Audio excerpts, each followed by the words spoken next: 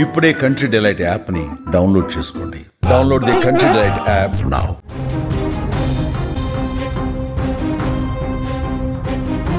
ఓ వింత ఫోబియా ఓ నిండు ప్రాణాన్ని బలికొంది. చీమలంటే తీవ్రమైన భయంతో బాధపడుతున్న ఒక వివాహిత తనువు చాలించింది.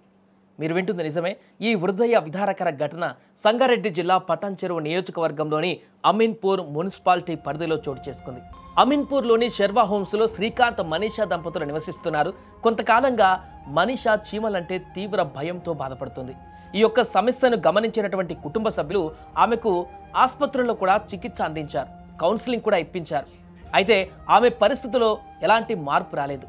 ఈ నేపథ్యంలోనే మంగళవారం సాయంత్రం భర్త శ్రీకాంత్ విధులకు వెళ్ళి తిరిగి ఇంటికి వచ్చి చూసేసరికి బెడ్రూమ్ తలుపు లోపల నుంచి గడియ పెట్టి ఉంది. ఎంత పిలిచినా కూడా ఇంట్లో స్పందన రావడం లేదు. ఆ రూమ్లో నుంచి కూడా ఎలాంటి స్పందన రావడం లేదు. దీంతో ఆందోళన చెంది స్థానికుల సహాయంతో తలుపులు పగలగొట్టి లోపలికి వెళ్ళారు. అక్కడ మనీషా ఫ్యాన్కు ఉరివేసుకొని విగతజీవిగా కనిపించింది. ఇక సమాచారంతో ఘటనా స్థలానికి చేరుకున్నారు పోలీసులు. ఇక మనీషా అక్కడ రాసినటువంటి బలవన్మరణానికి సంబంధించిన ఒక నోట్ స్వాధీనం చేసుకున్నారు. ఆ లేఖలో శ్రీ ఐఎమ్ సారీ, ఈ చీమలతో బ్రతకడం నా వల్ల కావట్లేదు, కూతురు అన్వి జాగ్రత్త, అన్నవరం, తిరుపతి, ఎల్లమ్మ మొక్కులు తీర్చండి అని ఆ లేఖలో రాసి ఉంది. ఈ లేఖ కుటుంబ సభ్యులను కన్నీటి పర్యాంతం చేసింది. ఈ ఘటన పైన పోలీసులు కేసు నమోదు చేసి దర్యాప్తు చేస్తున్నారు. అయితే ఈ ఘటన ఒక్కసారిగా వైరల్గా మారడంతో చీమల భయంతో కూడా ఈ రకంగా మానసిక పరిస్థితి ఈ రకంగా మారి చనిపోతారా, ఇంత దారుణమైనటువంటి పరిస్థితి కూడా ఏర్పడుతుందా అనేటువంటి ఆందోళన మొదలైంది. తన మానసిక పరిస్థితికి సంబంధించి ఇప్పటికే హాస్పిటల్కి తీసుకుపోయారు. మరలా సెట్ చేయడం కోసం మరింత వేరే హాస్పిటల్స్ కానీ ఇతరతర మార్గాలను కూడా అన్వేషించడానికి ట్రై చేస్తున్నట్టుగా తెలుస్తుంది కుటుంబ సభ్యులు.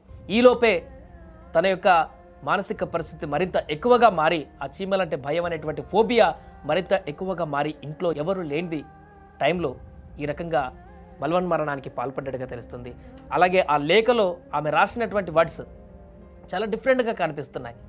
తను ఒకవైపు స్వారీ చెప్తూనే తన భర్తకు బిడ్డను జాగ్రత్తగా చూసుకోమని చెప్తూ, అలాగే కొన్ని మొక్కులు ఉన్నాయి, ఆ మొక్కులు చెల్లించాలంటూ కూడా ఆమె రాసినటువంటి తీరు ఆమె పరిస్థితి ఏ రకంగా ఉందనే దానికి మరొకసారి నిదర్శనంగా మారింది. ఇక ఈ యొక్క లెటర్ని కూడా పూర్తిగా క్షుణ్ణంగా పరిశీలిస్తున్నారు పోలీసులు.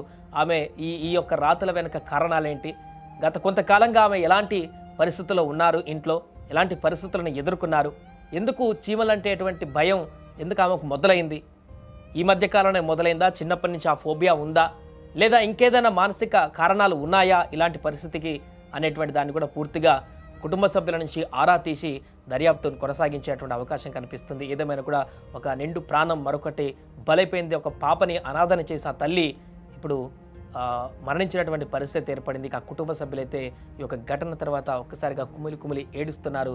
ఇలాంటి పరిస్థితి వస్తుందని ఊహించలేదు, మేము హాస్పిటల్కి తీసుకువెళ్ళాము, ఇంకా పెద్ద ఆసుపత్రికి తీసుకువెళ్ళి మరింత ఈ యొక్క పరిస్థితి నుంచి బయటికి తీసుకొచ్చేటువంటి ప్రయత్నం చేద్దాం అనుకున్నాం, కానీ ఈలోపే ఇలాంటి పరిస్థితి ఏర్పడింది అనేటువంటి ఒక బాధ అయితే వారి ముఖాల్లో కనిపిస్తుంది. ఆ పక్కన ఉన్నటువంటి స్థానికులు కూడా ఇలా చనిపోవడం పట్ల తీవ్ర దిగ్భ్రాంతి అయితే వ్యక్తం చేస్తున్నారు.